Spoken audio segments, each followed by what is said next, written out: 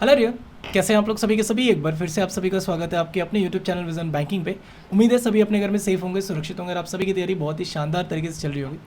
As you all know, RBI assistant 2023 notification out हो चुकी है। बहुत वेट था। बेसिकली आरबीआई असिस्टेंट की नोटिफिकेशन ना हर साल स्टार्टिंग में आ जाती है। हमें जनवरी फरवरी में नोटिफिकेशन देखने को मिल जाती थी और मार्च एंड या अप्रैल में हमारा पेपर हो जाता था। बट इस बार डिले हो रहा था, तो फाइनली आरबीआई असिस्टेंट की नोटिफिकेशन देखने को मिल गई है। बट ऐसे कोई खुशखबरी नहीं बोलूँगा, क्योंकि हर बार 900 से 1000 वैकेंसीज होती थी। इस बार ओनली 450 वैकेंसीज आपको देखने को मिल रही है। एक तो आरबीआई असिस्टेंट में हमेशा देखने को मिलेगी कट ऑफ बहुत ज़्यादा हाई चला जाता है प्रीलिम्स में। ऊपर से अगर वैकेंसीज कम है, हर बार क्या होता था 900 1000 वैकेंसीज होती थी तो भी कट ऑफ बहुत ज़्यादा हाई जाता था। इस बार तो 450 वैकेंसीज है। कट ऑफ का पता ही नहीं कहाँ कहाँ तक चले जाएगा। बट एक बार पिछले सालों का कट ऑफ देख लेते हैं। आरबीआई असिस्टेंट प्रीलिम्स 2021 2022 का जो कट ऑफ था उसको भी देख लेंगे, और 2019 2020 का जो कट ऑफ था उसको भी सिमिलर साथ साथ देख लेंगे कि कितना कट ऑफ किस जोन के साथ गया था। आरबीआई असिस्टेंट आपका स्टेट वाइज वैकेंसीज नहीं लाता है, ये आपका जोन वाइज लाता है। मतलब जहाँ जहाँ पे आरबीआई के ऑफिस हैं जिस जोन में, उस जोन की वैकेंसीज लेके आता है। तो जो जोन्स आपके पास है, मैं जोन वाइज आपको कट ऑफ डिफरेंट कैटेगरी के, मतलब एससी का कितना गया, एसटी का कितना गया, ओबीसी ईडब्ल्यूएस और अनरिजर्व का कितना गया, सारी चीज़ों को डिटेल में डिस्कशन कर रहे होंगे। सबसे पहले अगर एग्जाम पैटर्न की बात कर लोगे, ठीक है, एग्जाम पैटर्न की बात कर ले तो ये क्लैरिकल लेवल के बेस का पेपर आपका होता है। आईबीपीएस क्लर्क और आरआरबी क्लर्क का बीच के पेपर आपको देखने को मिलता है। कभी कभी क्या हो जाता है, अगर आप क्वांट रीजनिंग इंग्लिश, किसी इंग्लिश तो आरआरबी में नहीं आता, बट क्वांट और रीजनिंग का जो लेवल है तो वो आरआरबी क्लर्क से भी नीचे चला जाता है और कट ऑफ आप देखते हो 96 97 तक चला जाता है। पिछली बार क्या हुआ था, जो लास्ट टाइम आरबीआई असिस्टेंट का पेपर हुआ था, आपका पेपर आईबीपीएस क्लर्क के मतलब फ्रेमवर्क पे रखा गया था। मतलब जैसे आईबीपीएस क्लर्क का फ्रेम किया जाता है, सेम पैटर्न सेम लेवल के क्वेश्चंस आपको देखने को मिले थे। तो कट ऑफ 2020 से थोड़ा सा कम चला गया था।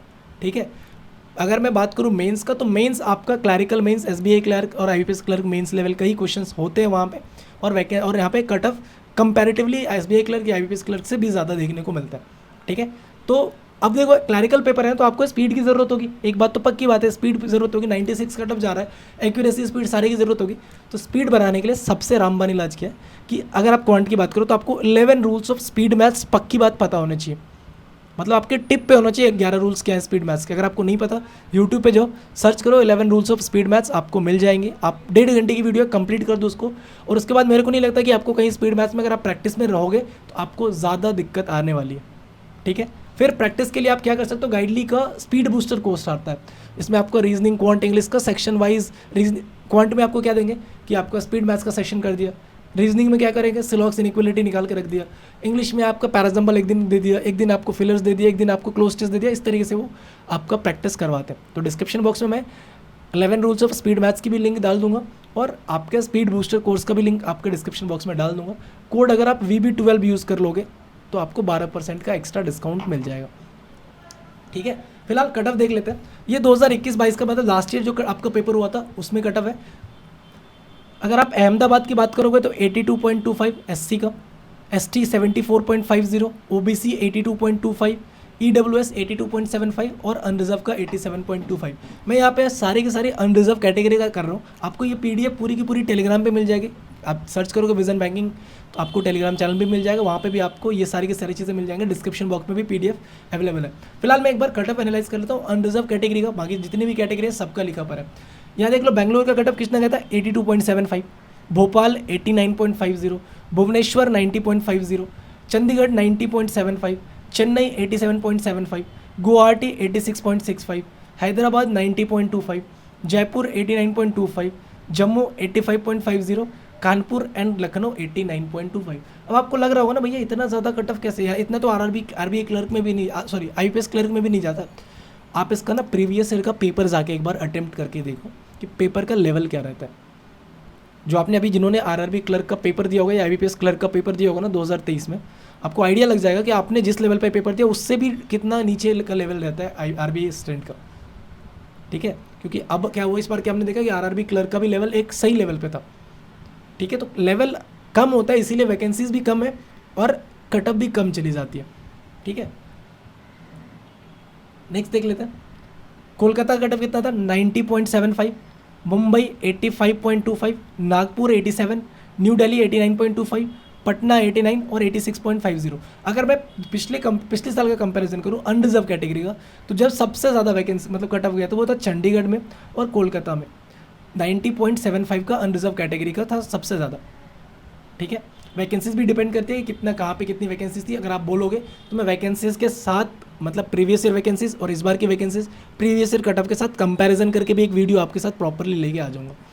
ठीक है, और अगर आप लोग चाहते हो कि आरबीआई असिस्टेंट के प्रीवियस ईयर के पेपर मैं कंप्लीट करवाऊँ आपको इस यूट्यूब चैनल पे, तो जाके एक बार कमेंट सेक्शन में ज़रूर बताना कि भैया एक बार हाँ प्लीज़ करवा दो उसको।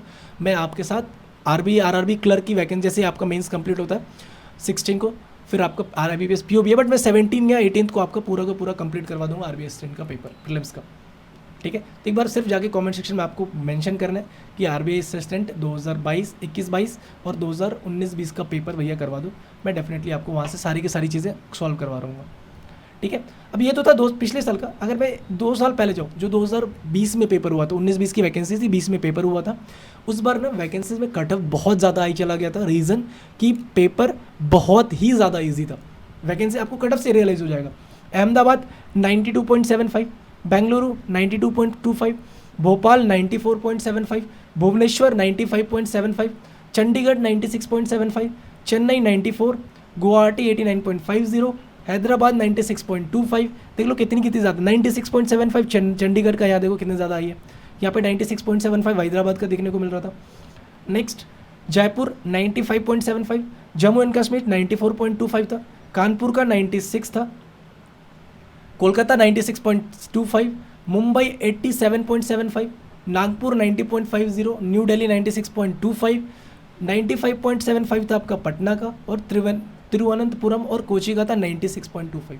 मतलब एक दो स्टेट को छोड़, जैसे मुंबई को छोड़ दो, और सिर्फ मुंबई, एकमात्र मुंबई ऐसा जोन था जिसमें कट ऑफ 90 से बिलो गया था, मतलब 90 से कम गया था कट ऑफ। नहीं तो सारे जोन की कट ऑफ देख लो 90 प्लस है, और मेजरली की 95 प्लस है। हिंदी वाले जितने भी लैंग्वेजेस होंगे, और आपको पता है कि आप असिस्टेंट का पेपर है, क्लैरिकल लेवल पे पेपर है, जोनल वाइज पेपर है, तो आप जिस भी जोन से बढ़ रहोगे उसकी ऑफिशियल लैंग्वेज आनी चाहिए। वहाँ पे भी LPT आपका, जैसे क्लैरिकल में LPT होता है, आरबीआई भी आपका LPT करवा रहा होगा। फॉर एग्जांपल अगर आप मान लो कि भोपाल से जा रहे हो तो आपको हिंदी आनी चाहिए, आप अहमदाबाद से जा रहे हो तो आपको गुजराती आनी चाहिए, आप चेन्नई से जा रहे हो तो आपको तमिल आनी चाहिए, या फिर यहाँ पे जो भी लोकल लैंग्वेज है, हैदराबाद हो तो यहाँ पे आपको जो भी वहाँ की लोकल लैंग्वेज आनी चाहिए, आप दिल्ली से बढ़ रहे हो तो आपको हिंदी आनी चाहिए। मतलब जो जहाँ की लोकल लैंग्वेज है आपको वहाँ की लैंग्वेज आनी चाहिए। दो ऑप्शन, उसके लिए 2 क्राइटेरिया रखी जाती है। पहला कि या तो आपने 10th बोर्ड जो किया अपना, जो आपने सीनियर सेकेंडरी पढ़ी हुई है, उस समय आपका वो पेपर आपने एग्ज़ाम दिया हो। फॉर एग्जांपल अगर कोई मान लो कि बिहार से, तो बिहार में आप हिंदी लैंग्वेज है, आपके 10th एग्ज़ाम में आपने हिंदी लैंग्वेज से की पेपर कंप्लीट करी हुई है, तो फिर आपका LPT नहीं होगा। आपके मार्कशीट चेक की जाएगी, सर्टिफिकेट चेक किया जाएगा, अगर उसमें हिंदी है तो आपका LPT नहीं होगा। लेकिन अगर आपकी 10th बोर्ड में आपने उस स्टेट या उस जोन की लोकल लैंग्वेज नहीं कवर करी हुई है, तो देन आपका एक LPT होता है, उसमें आपको न्यूज़पेपर पढ़ाया जाएगा। उसमें आपको हो सकता है कि कुछ क्वेश्चंस आपसे लिखवाए भी जाए, नॉर्मल सी चीज़ें लिखवाई जाएंगी। ऐसा नहीं है कि मतलब बहुत GA पूछ देगा, नहीं, नॉर्मल सी चीज़ें कुछ आपसे जो हिंदी में लिखी रहेगी या इंग्लिश में लिखी रहेगी, उसका बोलेगा आप उस प्रॉपर लैंग्वेज में आपको लिख के बताना है। ठीक है, तो आपको LPT इसमें भी देखने को मिल रहा होगा। तो जिस भी स्टेट या जोन से आप बढ़ रहे हो, मेक श्योर कि आपको वहाँ की लैंग्वेज आनी चाहिए। ठीक है, 450 वैकेंसीज है, वैकेंसीज काफ़ी ज़्यादा नहीं है, तो कट ऑफ इस बार भी हम एक्सपेक्ट कर सकते हैं कि कट ऑफ हाई ही जाएगा। आप मान के चलो कि 90 तो जाएगा। ईजी है, डिफिकल्ट है, क्योंकि 450 वैकेंसीज है यार, वैकेंसीज में तो देखो। ठीक है, अगर आप चाहते हो कि मैं आरबीआई असिस्टेंट पे आपको प्रॉपर क्वेश्चंस वाइज सीरीज़ करवा दूँ, और या फिर और भी कोई वीडियोस अगर आप चाहते हो कि आरबीआई असिस्टेंट के प्रीवियस ईयर का पेपर करवा दूँ, तो डेफिनेटली एक बार कमेंट सेक्शन में बताना। चैनल पे अगर नहीं हो तो चैनल को सब्सक्राइब ज़रूर कर लेना, बहुत सारी एफर्ट्स लगती है वीडियोज़ बनाने में। तो मिलते हैं नेक्स्ट सेशन में, टिल देन टेक केयर। जिनका भी पेपर फिलहाल आरआरबी असिस्टेंट मेंस है, आप अपना मेंस पे तैयारी करो, अभी मत जाके आरबीआई असिस्टेंट का पेपर अटेम्प्ट करना। ठीक है, पहले मेंस कंप्लीट करो, क्योंकि 1 जनवरी को रिजल्ट आ जाएगा उसका। ठीक है, see you in the next session, till then take care, bye bye, thank you, keep practising more and more, and all the best for your upcoming examination.